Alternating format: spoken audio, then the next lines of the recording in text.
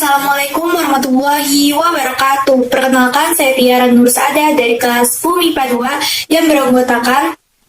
Halo, kali ini saya akan membahas tentang virus. Apa sih yang kalian ketahui tentang virus? Virus adalah organisme yang bukan sangat kecil dan memiliki molekul asam nukleat, DNA atau RNA, yang terbungkus dalam lapisan pelindung protein atau kapsid. Jaringan tersebut diketahui dapat membawa informasi genetik dan mengadakan replikasi, sehingga bisa menular. Setelah virus memasuki sel atau jaringan tubuh makhluk hidup, proses pergerakannya akan mengganggu metabolisme atau bahkan merusak sel atau jaringan sehingga bisa menyebabkan suatu penyakit.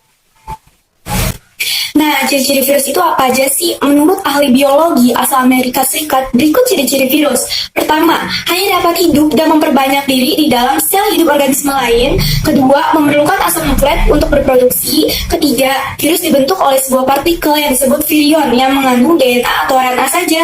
Keempat, dapat dikristalkan, tetapi virus masih memiliki patogen apabila diinfeksikan ke organisme hidup. Kelima, bersifat aseluler atau tidak memiliki sel dan tidak memiliki organel-organel sel. Baik, selanjutnya kita akan membahas struktur tubuh virus bakteriofag. Nah, kali ini kelompok 2 sudah menggambarkan struktur tubuh virus bakteriofag. Struktur tubuh bakteriofag terdiri atas kapsid. Kapsid merupakan selubung terluar virus yang tersusun atas banyak subunit protein yang disebut kapsomer. Kapsid inilah yang memberi bentuk pada virus sekaligus sebagai pelindung virus dari kondisi lingkungan yang merugikan virus.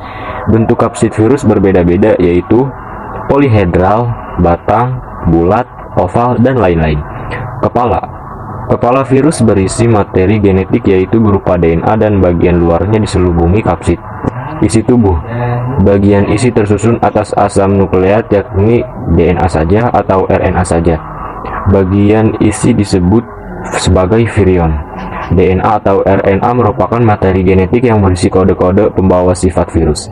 Berdasarkan isi yang dikandungnya, virus dapat dibedakan menjadi virus DNA atau virus T, virus cacar, dan virus RNA atau virus influenza, HIV, dan H5N1. Ekor virus merupakan alat untuk menempel pada inangnya. Ekor virus terdiri atas tabung bersumbat yang dilengkapi serabut. Pada bagian ekor terdapat lempengan dasar dan serabut ekor yang berfungsi sebagai alat menempel dan tempat penginjeksian DNA ke dalam sel inang. Selanjutnya, mari kita bahas tentang siklus litik. Daur litik. Keseluruhan siklus litik mulai dari pertama kali faga kontak dengan permukaan sel sampai ke proses lisis. Hanya menghabiskan waktu sekitar 20-30 menit pada suhu 370 derajat Celcius. A. Fase adsorpsi. Fase adsorpsi ditandai dengan mekatnya ekor virus pada dinding sel bakteri.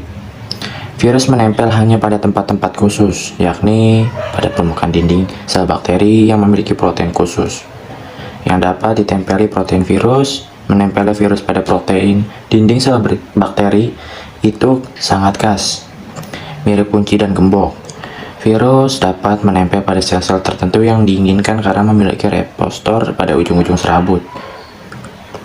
Ekor setelah menempel virus mengeluarkan enzim riozim, enzim penghancur. Enzim terbentuk lubang pada dinding bakteri dan sel inang. B. Fase injeksi. Setelah terbentuk lubang kapsid, virus berkontraksi untuk memompa asam nukleat, DNA, dan RNA masuk ke dalam sel. Jadi kapsid virus tetap berada di luar sel bakteri. Jika telah kosong, kapsid lepas dan tidak berfungsi lagi. C. Pada tahap sinetis, DNA sel inang dihidrosis dan dikendalikan oleh materi genetik virus untuk membuat asam molekul salinan genom dan komponen protein virus. D. Fase perakitan. Pakis yang disintetis mula-mula terpisah antara bagian kepala, ekor, dan serabut ekor. Bagian-bagian kapsid itu dirakit menjadi kapsid virus yang utuh, kemudian DNA virus dimasukkan di dalamnya.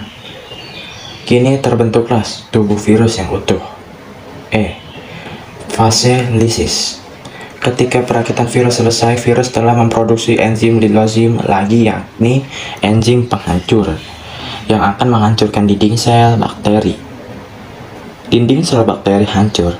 Dinding sel bakteri mengalami lisis pecah. dan virus-virus baru akan keluar untuk mencari inang yang lain. Daur lisogenik. A. Fase adsorpsi. Ujung akar virus menempel di permukaan sel bakteri. B. Fase injeksi. Setelah adsorpsi terjadi, phage menginjeksikan DNA asam nukleat ke dalam sel bakteri. Selama proses penetrasi, bagian pembungkus ekor berkontraksi sehingga ekor tertarik ke dalam sel. Ketika ujung inti ekor sampai pada membran plasma sel bakteri, DNA yang terdapat pada bagian kepala phage memasuki inti ekor melalui membran plasma dan terus masuk ke dalam sel. Bagian kapsid tetap tinggal di luar sel bakteri. C. Fase penggabungan. Ketika memasuki fase injeksi, DNA virus masuk ke dalam tubuh bakteri. Selanjutnya, DNA bakteri atau melakukan penggabungan. DNA bakteri berbentuk sirkuler, yakni seperti kalung yang tidak berujung dan berpangkal. DNA tersebut berupa benang ganda yang terpilin. Mula-mula DNA bakteri putus, kemudian DNA virus menggabungkan diri di antara benang yang putus tersebut, dan akhirnya membentuk DNA sikuler baru yang telah disisipi DNA virus. Dengan kata lain, di dalam DNA bakteri terkandung DNA genetik virus. D. Fase pembelahan. Dalam keadaan tersebut itu, DNA virus tidak aktif, yang dikenal sebagai profag. Karena DNA virus menjadi satu dengan DNA bakteri, maka jika DNA bakteri melakukan replikasi, profag juga ikut melakukan replikasi. Terbentuklah dua sel bakteri sebagai hasil pembelahan dan setiap sel anak bakteri terkandung profag yang identik. Demikian seterusnya hingga proses pembelahan bakteri berlangsung berulang kali sehingga setiap sel bakteri yang terbentuk di dalam terkandung profag. Dengan demikian jumlah profag mengikuti jumlah sel bakteri yang ditumpanginya. E. Fase sintesis. Karena radiasi atau pengaruh zat kimia tertentu profag T aktif.